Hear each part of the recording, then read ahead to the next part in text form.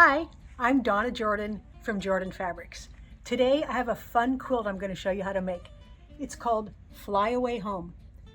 This block right here, that's a flying geese block. That's why they called it Fly Away Home, because we've got all these geese flying all over. It's a Fab 5 pattern designed by Deb Grogan from the Quilt Factory. That means we just need 1 yard each of 5 different fabrics to make the whole quilt. First things first, let's get our yard off the bolt here. And anytime I'm using yardage, I'm going to make sure that I iron it before I cut, because I've got some nice wrinkles in the back side here. And I want to make sure it's completely flat before I cut so that my patchwork will be accurate.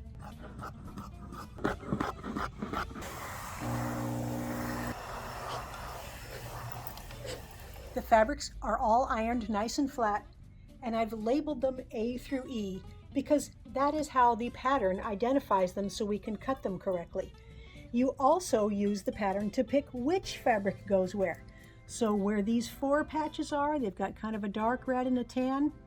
I'm using a red and a very light one. And then for the flying geese, that's going to be these 2 guys. And then that sashing, that'll be this blueprint here. I'm going to go ahead and get everything all cut to size.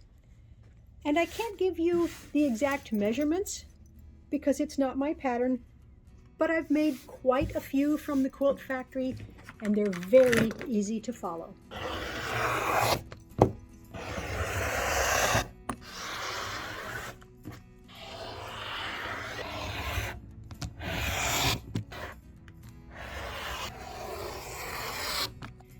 Everything is all cut out and we're ready to start our sewing. The first block we're going to make, that's the flying geese block. There's a number of methods that you can use to make these blocks. And today we're going to make them using half square triangles. I don't think I've ever demonstrated this method on video before, but it's pretty cool. I'm going to mark the back of the blue blocks here. I'm putting a line right down the diagonal, and we're going to take a blue and a pink over to the sewing machine. I'm putting these right sides together, and now I'm going to stitch on both sides of the line 1/4 inch away from that pencil line.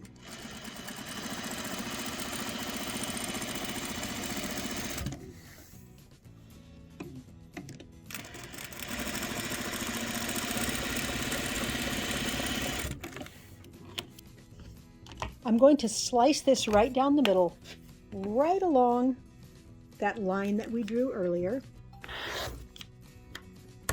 Take these 2 halves to the ironing board.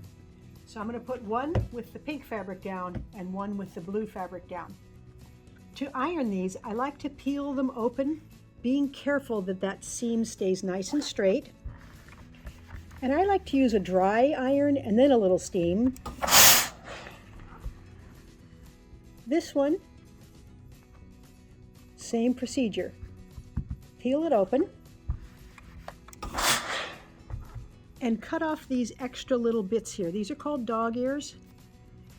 And if you cut those off, your block will be nice and square and you won't have any extra bulk in the corners. When we put these 2 right sides together,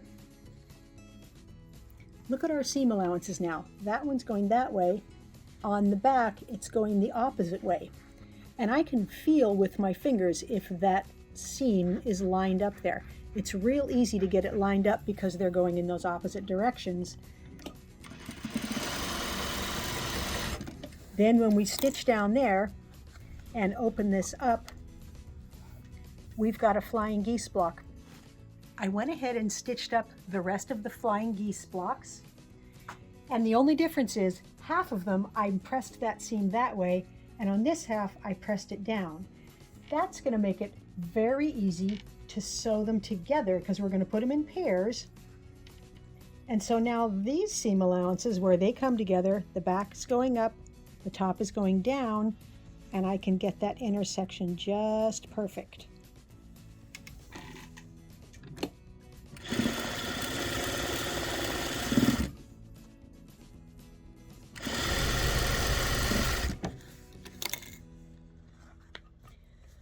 There's a nice double flying geese block, and I just pressed the seam towards this one here, and I'm going to go ahead and do that with all the rest of these guys. Those blocks are all done, and we're ready to work on the 4 patches. So we're going to take these strips. These are long strips. Let's take one of each over to the sewing machine. All we're going to do is put them right sides together and stitch down one long side. You do want to be careful that you don't stretch either the top or the bottom, because that makes it hard to get the strips to lay flat.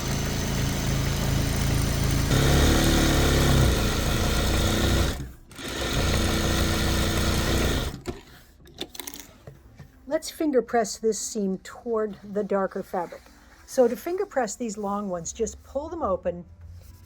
Make sure that seam is pressing the way you want at the beginning there, and you can kind of hold it, and then pull it apart with the palms of your hand and slide your finger down there. And you can feel if the seam gets flipped the other way, and then you can just kind of lift it up and make sure it's pointing that way. Pull it open and then go all the way down here. And this makes it very easy to iron. Even though they're finger pressed, you still want to take this to your ironing board, smooth it out, and iron it nice and flat, and use some steam so it will stay. To cut these, we're going to put 2 together. So I'm going to put 1, and I'm lining it up with a line on my cutting board there. Then I'm going to take another strip unit here and put it right sides down, the print on the light on the print, and I'm going to line them up. And those seam allowances, see, they're going in opposite directions, so it's pretty easy to get it laying nice and flat. And I'm going to cut these both at the same time.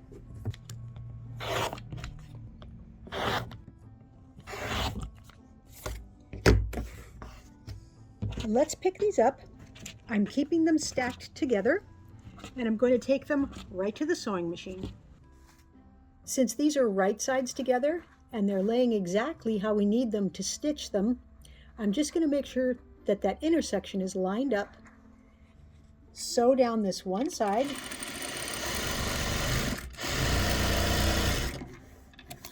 press the seam to one side,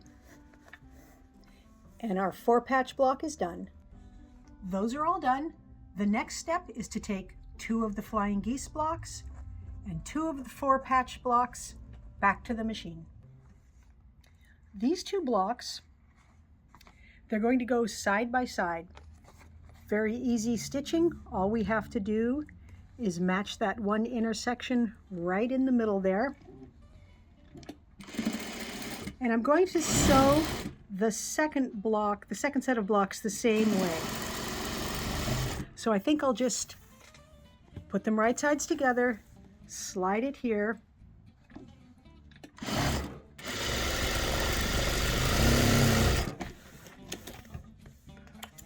then press both seam allowances the same direction. So I'm going to press this way here, and I'm just finger pressing. That will work well enough. All we have to do next is spin this one around and stitch that last seam.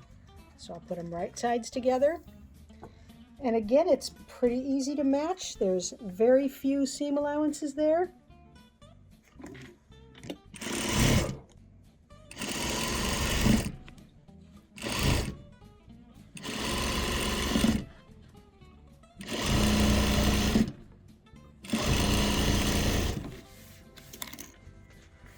And that is the block that our quilt will be made up with. So I'm going to go ahead and stitch up all the rest of them. The blocks are done, and we can lay them out with the sashing and cornerstones. It's real easy. Every block goes exactly the same way. So I'm just going to leave a little space between them so we can fit in that sashing.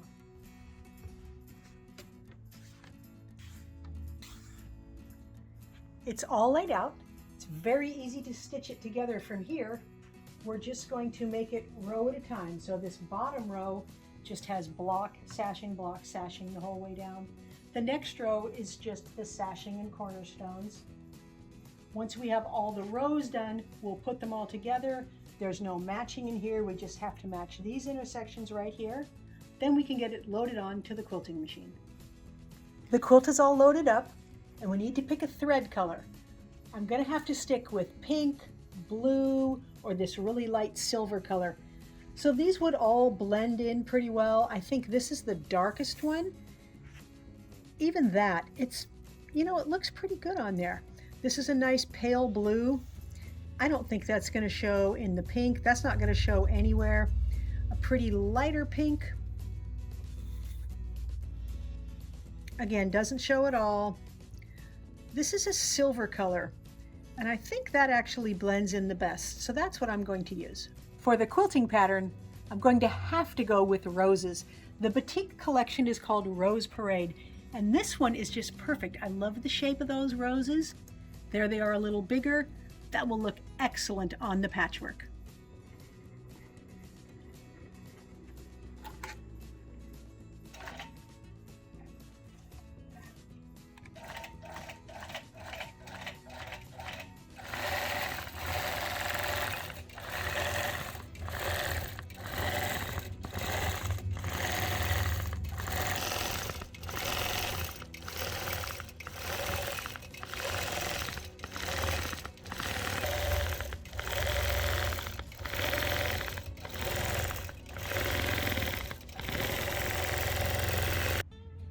The flyaway quilt is all done. I'm very happy with how light and airy it looks. It's completely different colored than what's showing on the pattern here. And I love them both, but I like the pink and blue, and you can see those geese flying both ways. It's very calm in this color combination. And I like the quilting. You can't see it much at all, but some places where you can see the roses here and you can see those leaves, it's very nice. On the back side, I'm betting we can't see it, just a hint of it there. Very pretty on the back as well. Now it turned out 62 by 62 inches. We used a yard each of all the fabrics. I think it took 5/8 for the binding. It's pretty easy to make a bigger quilt. If you got 2 yards of each, you could make a 78 by 94 inch quilt, so that's a nice big size. Thanks so much for watching our tutorial today. We hope you enjoyed it. We really appreciate you spending your time with us. Now at the end of every video, we do a giveaway. Today's giveaway is a pattern called Fruit Cake. This is a quilt I made with a layer cake. These are Robert Kaufman. These are Holiday Flourish Christmas prints, and they've got silver accents. And I used a poinsettia for the quilting pattern on here. Now it's very easy to enter the giveaways. All you do is click the link right below this video that says giveaway. You put in your name and your email address, and remember, we can send this to a winner anywhere in the world, so good luck. Now, if you like our tutorials and you want to support us, the best thing you can do is subscribe to our YouTube channel. That really helps us out. Happy quilting!